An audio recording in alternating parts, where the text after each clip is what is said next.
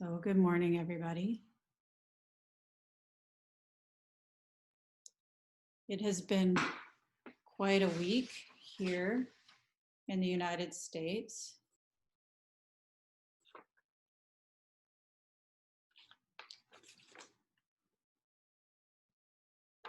And yeah, there's a lot to say, and it's hard to know where to even start. So let's start by naming some of it. So today I wanted to talk about Sangha, or repentance. And for the last couple of weeks, we've been talking about ethics, and particularly the Buddhist precepts and how we keep those. And if we're going to talk about ethics and the precepts, how we want to be in this life, we also need to talk about how to make repair. This is an essential component because we can't separate out our wish to do good in the world from the inevitability of causing harm. So we continually try to benefit all beings, and yet we continually cause harm. And so we have to address this. And we do that through the practice of Sangha, repentance.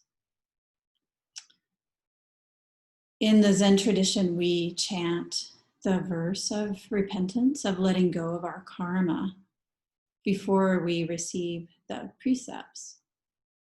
And it's a way of letting go of all the complex, twisted up karma of the past to be able to purely receive the precepts and state our intention for how we want to live our lives.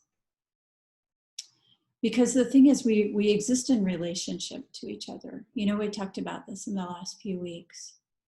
We want to be helpful. We want not to cause harm. And yet we cause harm. So we have to keep returning. Just like we do with our breath when we're sitting. We sit. A thought arises. We notice it. Let it go and return. The essence of this practice is continual return. It's not some perfect state one day where, everything happens in a flash and nothing is ever challenging again. No, it's a continual returning. We try, we do our best, we come back. We try, we do our best, we come back. And this is our practice. This is our best, is that cycle. So last week I talked about the definition of ethics, and I like this definition a lot. It's from the Right Use of Power. Ethics is a set of values, attitudes, and skills intended to have benevolent effects and not to cause harm. This is the essence of the precepts and of our practice, not to cause harm. By our set of values and attitudes or skills intended to have benevolent effects and not to cause harm. So you can see in there that it's not just a passive receiving a teaching and following that teaching. We have to engage with it through our values, our attitudes, and our skills. And we can develop skills for how to work with the ways that we cause harm. This is one of the things I wanted to address today. Living an ethical life allows us to feel nourished by our own integrity and in being in right relationship. And I think that's pretty easy for us to touch. When we're living in right relationship, even when things are challenging, then we feel nourished by that. We feel like we have the ability to go on. And this is something right now that we're noticing. A lot of people are not feeling nourished. So I wanted to talk about that. Why is it that people are not nourished? I think it's a key component is that we're not in right relationship. So what can we do to work with that? How can we name that and lean in. Compassion is a sustained and very pragmatic determination to do whatever is possible to alleviate suffering in the world. Compassion is a sustained and very pragmatic determination to do whatever is possible to alleviate suffering in the world.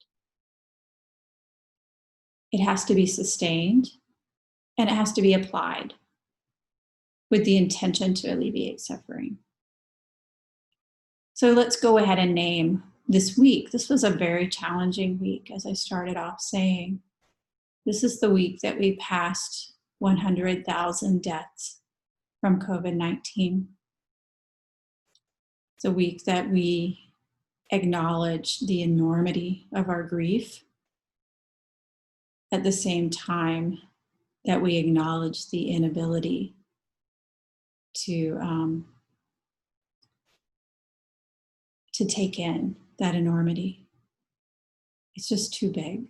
100,000 deaths, and now we're at 104,000 deaths at least, are too many to take in. So we have to take them in one at a time.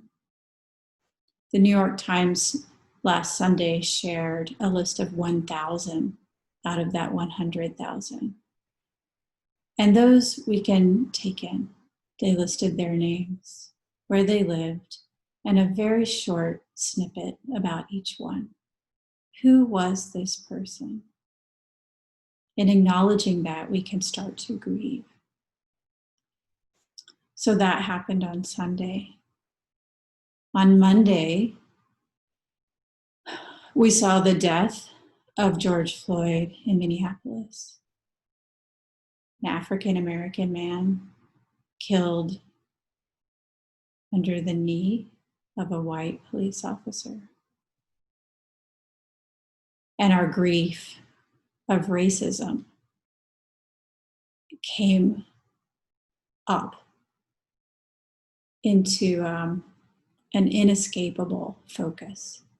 It's always here, it's always here, it's always here. And sometimes we delude ourselves that it's not quite as dire as we think it is. And this made us remember that it's as dire as we think it is. You know, of course, the COVID deaths are disproportionately affecting people of color. And then we have an actual person filmed by a 17-year-old girl dying. We had a couple of other things happen this week. We saw a man in Central Park, an African-American man, experience an act of racism by a white woman. And we saw the after effects of that. When she called the police on him and exaggerated the threat that she was feeling, she put his life in danger. And we saw a pretty similar thing happen, I think it was in Minnesota, with a white man who challenged for Black men's right to be in a gym. So those are some of the many, many things that came up this week. And now what we're seeing is a collective anger arise, collective heartbreak.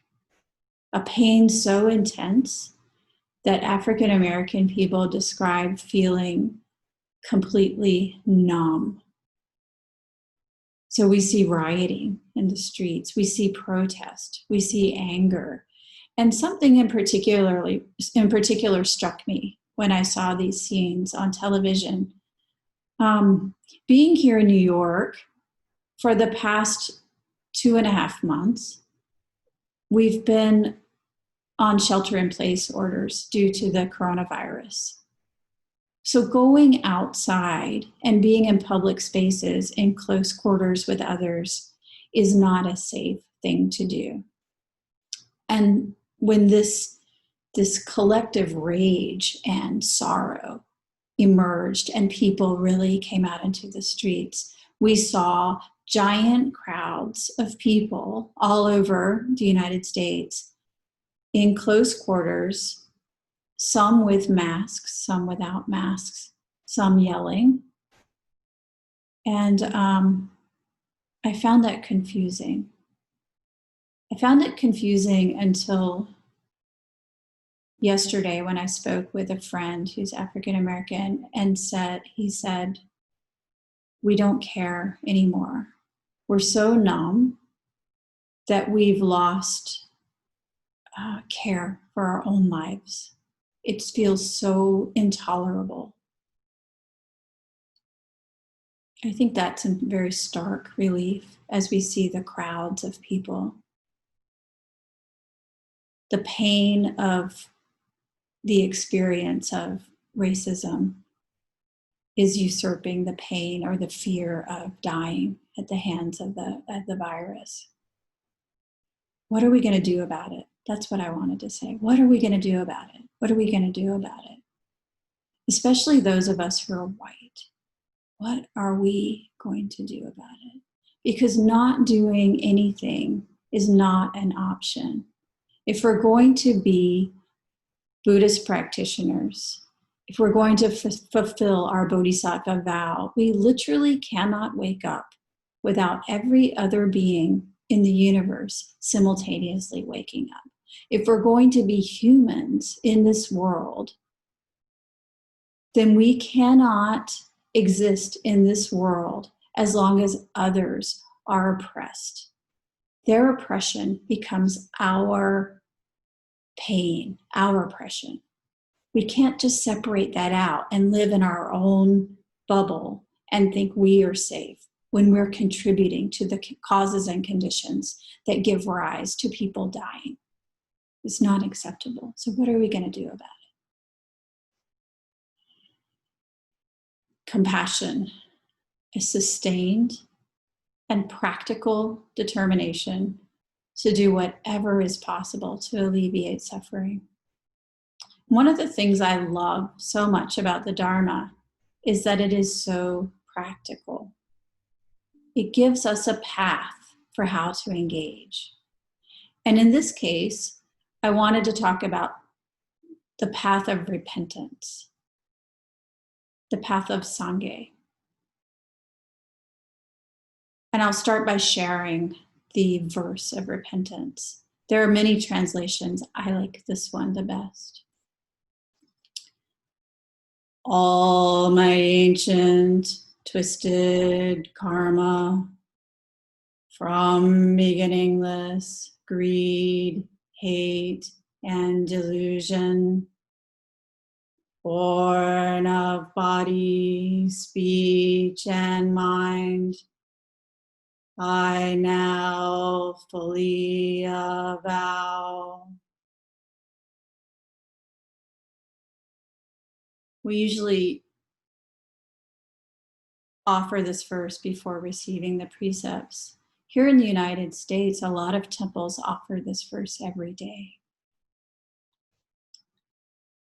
All my ancient twisted karma, all the karma that has ever been created by me since of old, all of it, from beginningless greed, hate, and delusion,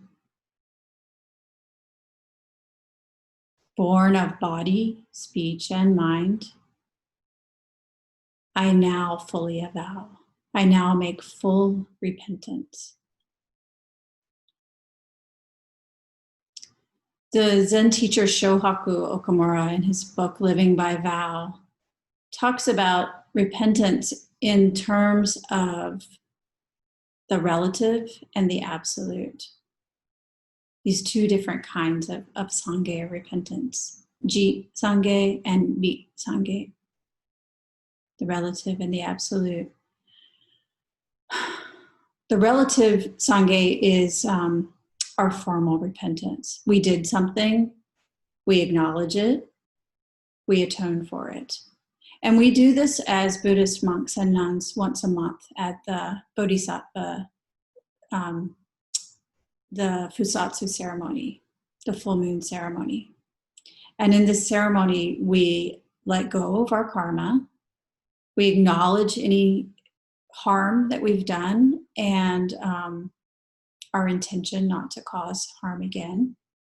And we take our vows again. We renew our vows.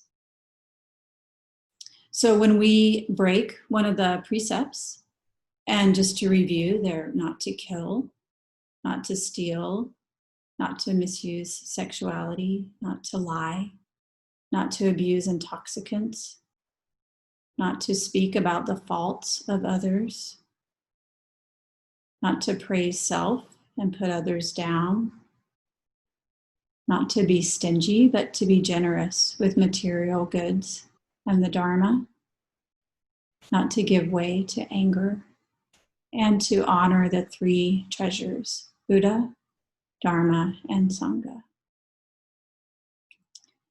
When we inevitably break one of these precepts, we acknowledge that, let it go, and return. Exactly the same way that we practice everything else in our lives. We reflect on our misdeeds, we make apology, and we renew. In our daily life, we make choices every day. Inevitably, we're going to make mistakes. This is just the way it is. So we need a path in place to work with those.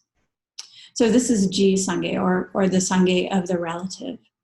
And Okamura Roshi also writes about Ri Sangye, the Sangye of the absolute, the repentance of the absolute. The thing is that we live in the reality of our life, whether or not we receive the precepts, whether or not we're Buddhist. Life is here anyway.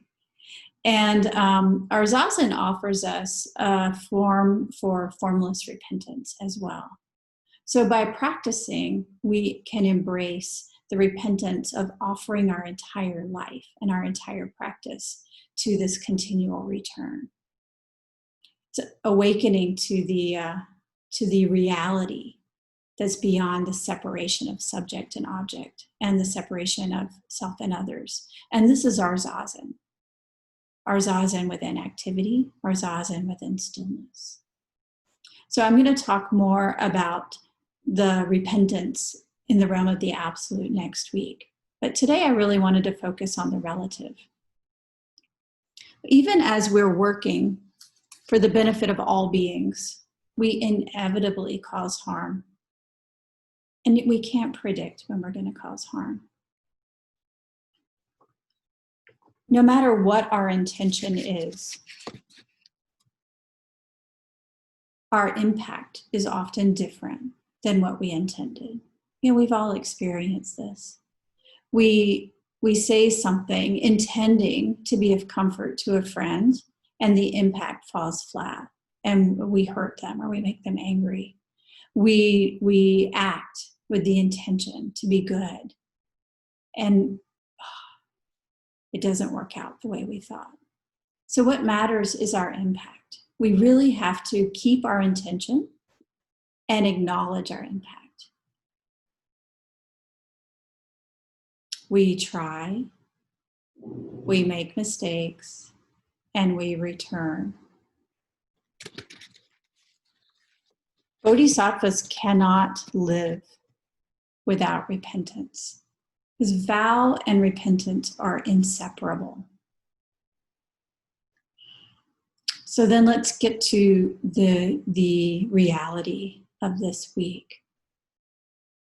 We have the reality of systemic racism. How are we going to work with that? So of course, we're going to work with that by looking at it within ourselves and by practicing. And this falls more in the realm of the absolute. I want to talk about the realm of the relative today. How do we make an apology? When we mess up, what do we do? And Cedar Barstow of the Right Use of Power Institute has a formula for apologies that I really like and I use often. First, we have to name the actual harm that we caused. And this is a lot harder than it might sound. because it requires us to investigate what we did, to acknowledge it. So we have to really look within ourselves first and figure out what it was that we did. You know, we can't make this general apology of, you know, I'm sorry for whatever I did. I'm sorry, you know, you think this, because that's not going to strike the right note. That's not going to allow for the harm to be resolved. So we have to think of, what did I do, and acknowledge the harm that it caused. The injured person needs to understand that we know what we did, and we know that it wasn't right. So we have to be very specific here. So that's the first step. The second step is to take full responsibility for what we did. No excuses, no long explanations, no defensiveness, and no blame. Just take full responsibility, just like that. The third step is to say, I'm sorry. The actual words need to come out of our mouth. I'm sorry. Or I apologize. And nothing else is going to do in this situation. So, you know, other ways of expressing this are really avoiding. So just say, I'm sorry. The fourth step is to make amends. And what this means is that the amends that we offer need to go further than what we did. So the restitution has to go beyond the actual harm that was done. We have to give them a little extra. You know, if I ate your piece of cake and you were saving that special piece of cake, just getting you a replacement isn't going to work. I need to get you something better. The fifth step is to say what we've learned, how we've changed, and how things are going to be different in the future. And this is how we invest. This is how we commit to not repeating it. Because the danger is, without genuinely reflecting on the harm that we caused, and then making a plan for how we're not going to cause that harm again, then we will repeat it. And inevitably, the likelihood is high that we'll repeat it, in which case we start over. So let's pick an apology, and I'm going to make one up on the spot. So I'll say that let me think of a real one. So I was a little bit crabby the other morning. I was worried about a meeting coming, and I was sharp with my husband. And so what do I need to do? It was morning. I hadn't had my coffee yet. The meeting was coming. I was in a rush. And he asked, you know, can I help you with breakfast? And I was like, no, just sit down. Let's just do it. So not so nice. First of all, when you came down for breakfast, I was very agitated, and I spoke to you in a way that was harsh. So again, just acknowledging. And you notice that the whole story isn't here, just what I did that was harmful. I spoke to you in a way that wasn't nice. I don't like that. I don't want to be that way. It wasn't nice, and I feel terrible about that. It's not how I want to be in relationship. And then third step, and I'm so sorry.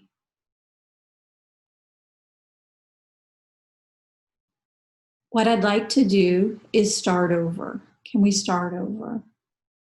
And why don't you come in and just sit down, and I'll tell you, you know, how happy I am to see you this morning and what a great day it's going to be, whatever it is. So I did a little extra.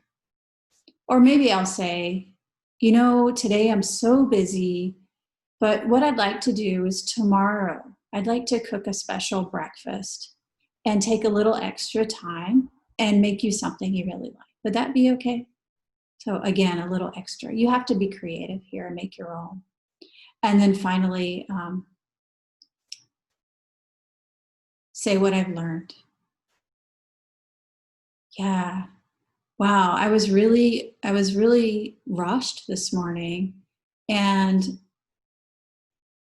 I don't want to snap at you. So if that happens in the future, what I'll do is say, as soon as you come in, I'm really sorry, but I'm in a rush and I can't take the time that I normally take. Is that okay with you? So I've committed to not repeating that and given a plan for how I'm not going to repeat the action.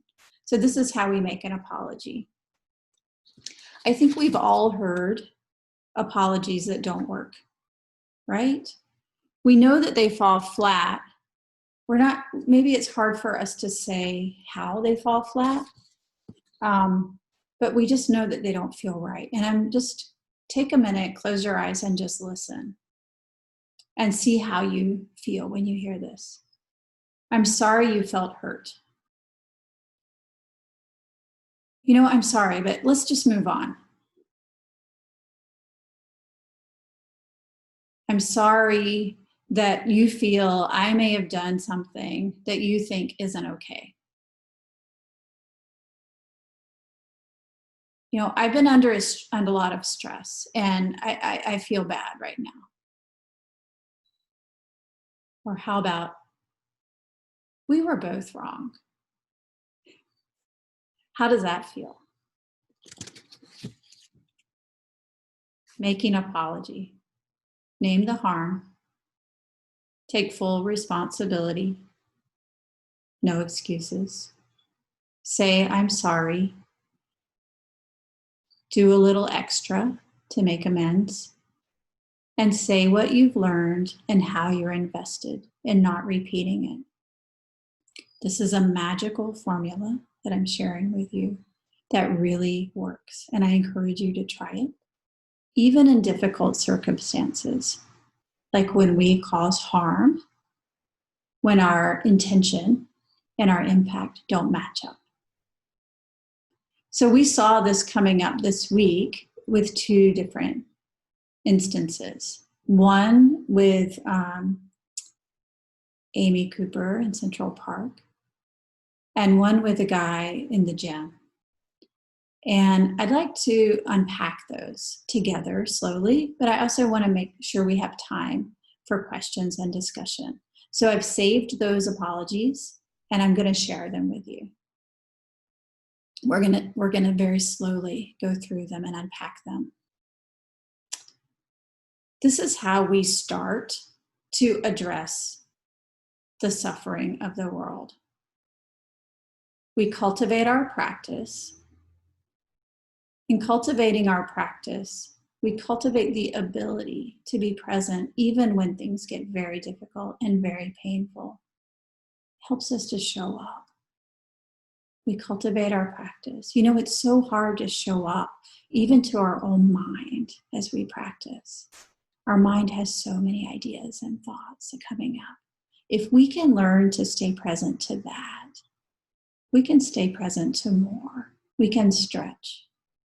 So we cultivate our practice and our intention to live for the benefit of all beings, knowing we will inevitably make mistakes. And you know what? There's something we can do when we make mistakes. We also have a plan for that. We make mistakes. We atone. We make repair. We continue. This is the important thing, to stay in relationship. To stay in relationship. We do not wake up on our own. Our entire life is based on relationship. And right now, in this country, in the United States, the relationship is broken and we are hurting people. So we have to show up. We have to make repair. We have to work harder. Because again, what I'm hearing from people who are African American is we are tired. We are so tired. We are tired. We are numb. We cannot expect African American people to do our work for us. We have to show up. And if we really are serious about being present with compassion in the world, then we have to do work. So this is what I wanted to say today. Let the people who are tired rest. Let's be a bridge and do our own work. Good morning, everybody. It's great to see you all here today. And let's continue. Today I wanted to continue last week's without ceasing topic, which is again, not causing harm, sila, or and living for the benefit of all beings. And I wanted to talk about that specifically owning through the lens of the Bodhisattva our privilege if we are white. We practice in Zen. So the topic of today's talk is that Zen and the precepts are one. Staying present as a little bit of background conversations. Buddhism really isn't an ethnic religion. Heart. So when we become no excuses, no stories on my part. So we consciously decide listening. I hear and you. We take refuge in the three treasures in Buddha, Dharma, and Sangha. That sounds really painful. Buddha is the teacher. I hear you. I believe Dharma, you. The teachings, and Sangha, the community. Find our own So we have to do that with intention. And there's different ways we can be involved, and it's not the same. People study and think about what's unique, and other times they're really drawn in through a strong pull. Most of all, us in. And there's not really a right way. Lean into our fears, way, but we do need to. And most of all, just do it. Of what we're doing, wherever we are in this process, just show up and do it. During the time of the Buddha, even baby steps, just take baby steps. It's okay. We'll do rules it together. For ethical living. We'll talk about it. We'll learn and we'll grow. And we'll be invested. We'll support each other. Making mistakes possible. Or asking questions, and then the Buddha would say, this is what I wanted to say today. So let's envision a future, time, as you can imagine, in which we all everybody was together, can be mutually supportive, area pretty much, and loving, and compassionate to every single being in the universe. So without exception, some of the stranger ones are. This is our Bodhisattva vow. Can we put owl feathers on our robes? No, you can't put owl feathers on your robes, so that became a rule. And they became a rule because of things people wanted to do. And then the Buddha saying, no, that's not okay. So that's how those came up. So it's a really framework for how to live our life and a set of rules by which the community lives. So for monks, there are 250 of those, there were in that time. And for nuns, 348 rules. And for lay people, either 5, 8, or 10 rules. And these exist even today in the Theravadan tradition, the tradition that goes down through Thailand and Sri Lanka and on across. Our tradition is Zen, and it comes to us through Dogen Zenji, who lived from 1200 to 1243. And Dogen was originally ordained as a Tendai monk. And as far as we can tell, the Tendai monk Saicho, around the beginning of the 9th century, really felt that we should practice just the Mahayana precepts or the Northern School precepts. And there's a reason for this. These precepts are more inside-out precepts than outside-in precepts, if you will. And that's a little bit of a misnomer, which I'll unpack a little bit more later. But basically, they're the precepts of how do we want to be in this life, more than what are we not allowed to do. So Dogen took these precepts himself as a Tendai monk in 1213, when he was still a child, and then later went to China to practice. And in China, the Chinese monks and nuns still kept the Vinaya precepts. So this is the distinction that came in. So the precepts that we take in Zen, that I talked about a little bit last week, are the Bodhisattva Precepts. And these are said to be the precepts that when the Buddha woke up and the Buddha was enlightened, these are the precepts that the Buddha realized. So when the Buddha attained unsurpassable awakening, these are the precepts that he set forth.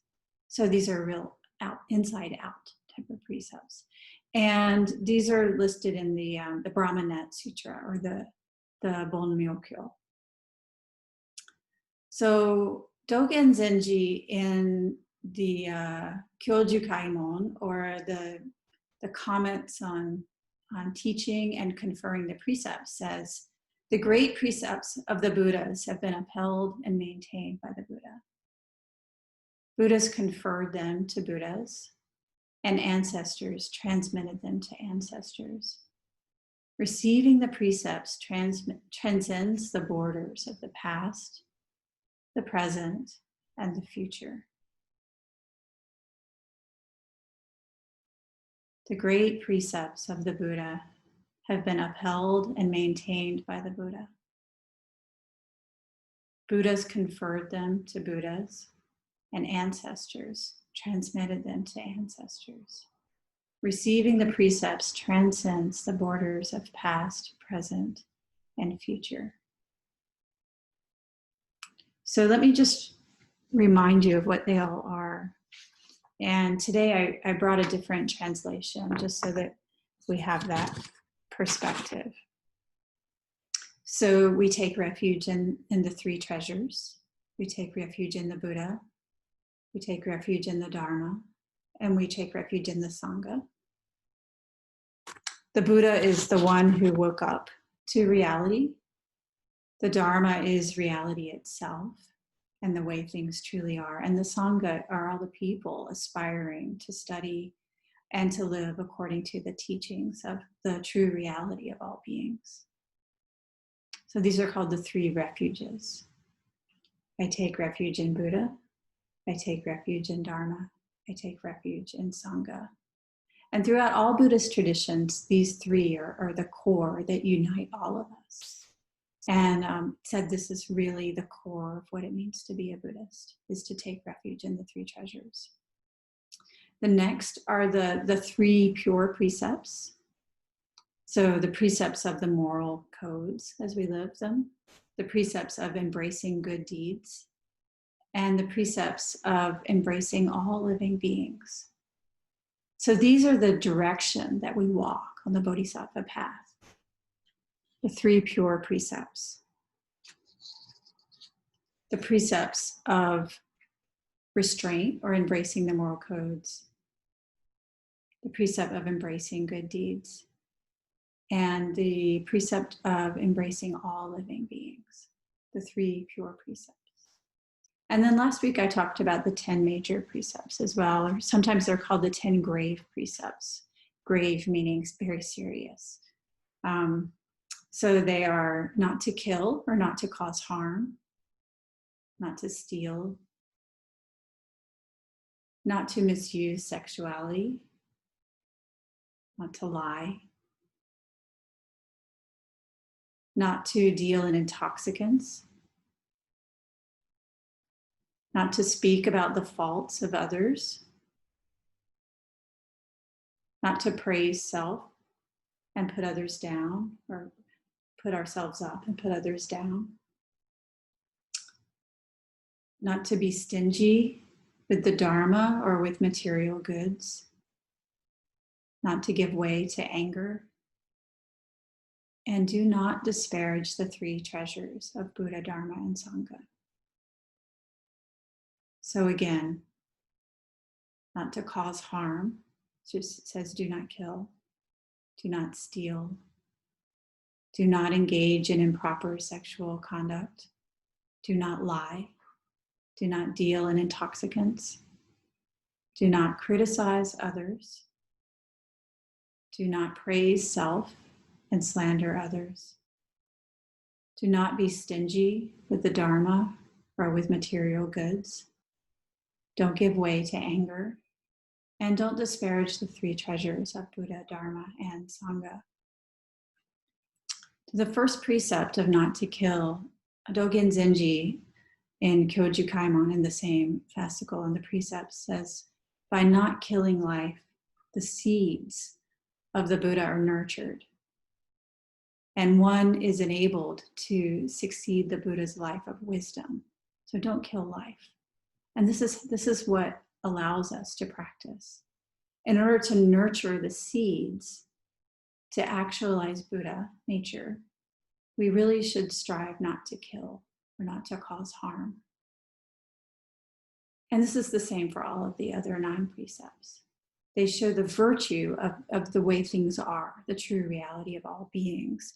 And these precepts really, yes, we have to keep them. Yes, they also come to us from a teacher. And as we practice, as we really learn to settle our minds, and our ego drops away, then we want to keep these.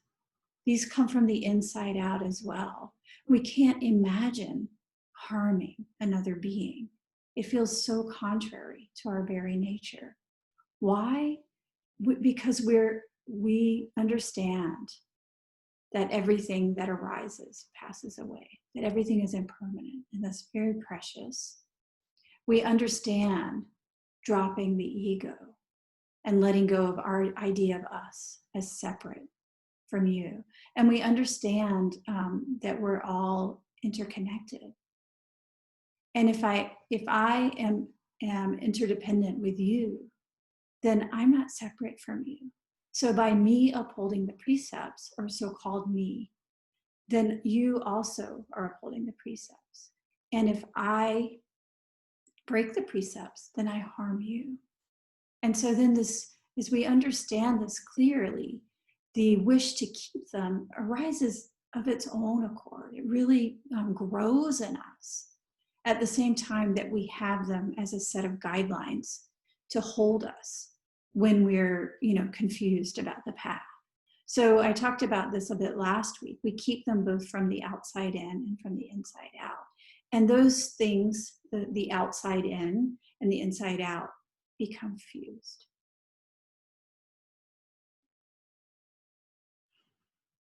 These aren't a collection of admonitions, but rather these are the true Dharma that the Buddha woke up to. And this is how we have to approach everything we do in our life. When we talk about living an ethical life, what does that mean? It's not about right or wrong. It's how do we express our true intention in everything that we do? How do we honor the Buddha nature in all beings?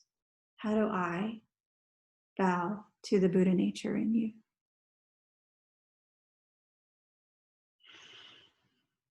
When we see that we are impermanent and that we are not separate, then we don't have anything to hold on to, right?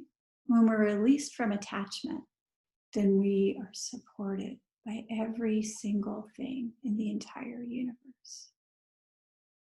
We have the support of the entire universe right here and right now, even in these very difficult times, maybe especially in these very difficult times. Knowing that we have the support of the entire universe holds us up. And so we have to invest in this. We have to invest in keeping our practice up and continuing our practice, not for our own self, but for the benefit of all sentient beings. We have to invest in living a life that's upright and cares for others. Again, not for our own self, but for the benefit of all sentient beings. And this is why we keep the precepts. Likewise, the precepts can't be separated out. So once in Japan, I had this teacher that I went to see very early in my practice, and I had been sitting. I had learned how to do zazen and had done a few silent retreats or sesshin. And enough that my mind had started to settle, And I could see, oh, this is what this is about, just enough to have some understanding that this was a way of life that I wanted to continue. And so I went to this silent retreat for 7 days. And I was so excited. It was my first time in a big Zen monastery instead of a little temple. And it was so old and wonderful and mysterious and great. And it was very cold and very challenging. And we could see the master for doksan or face-to-face instruction every day. So I very, earnestly went in and, sat there, and he said, "What is your question?" And I said, I told him my question. In this case, I don't remember exactly what that question was. But then he said to me, he said, "Is it enough just to sit?" And I was just sitting right in front of him. So I said, "Yes." And he leaned forward and he hit the floor and he goes, "No, you must understand. You must keep the precepts." And I said, "Hi, yes." And, he told me a little bit about how important that is. And the things that I recall are that we can't think that we can just go through life only sitting. We can get a kind of sickness that's really ego-based if we think of ourselves as existing separately from the context of the rest of the universe, because we only exist within relationship with others. So because of this, we have to try to be helpful and not to cause harm. So his teaching was that Zen and the precepts are one. And that trying to separate them out causes a separation from it. So we have to understand it's not enough just to sit zazen. We must also keep the precepts. And so I took that to heart. I thanked him and did my prostrations and left, and went back and finished the sesshin and went back to where I was living at the time in southern Japan, and spoke to my teacher at that time, the person I'd been practicing with, and I was like, okay, so I went to the sesshin and it was amazing, and I met this this Zen master in a monastery, and my teacher wanted to know what it was like, and I said, well, he told me you must keep the precepts, and then I said, what's a precept? And so he said, okay, there's a ceremony we can do. And so I said, okay, I just did it, And so I did the ceremony of receiving the precepts. And I didn't know what they were. I just threw myself in to the deep end of the pool and trusted the tradition before me and received the precepts. And it's not the way I would recommend going, but that was my way. And what I found was I wanted to keep them from the inside out, not from the outside in. That any impulse I had to break the precepts had dissolved. And some of them I was really keen on not keeping. I had a strong rebellious streak, and I was like, I don't know about all that. And I just found that the will to break them had fallen away. And that's not permanent. It comes and goes. As I said last week, there are times when we have to know when to keep the precepts and when to not keep the precepts, understanding the implications of that. But what really happened for me is that Zazen and the precepts came together and became one way of life that continues. One way of life. We keep the precepts.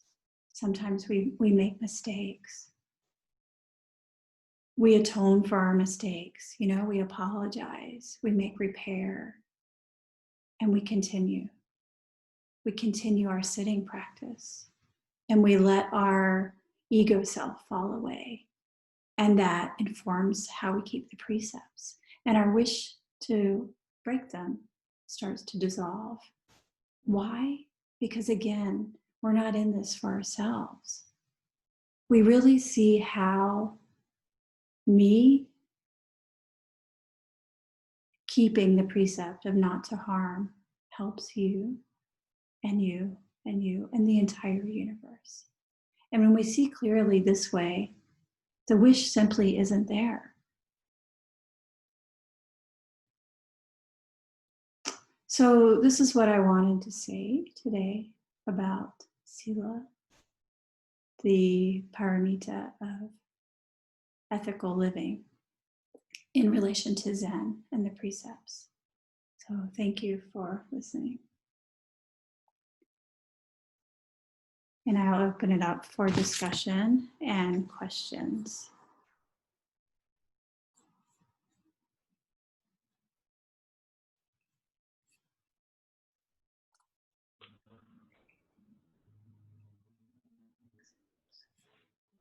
Okay, so if you have, hi everybody, it's great to see you.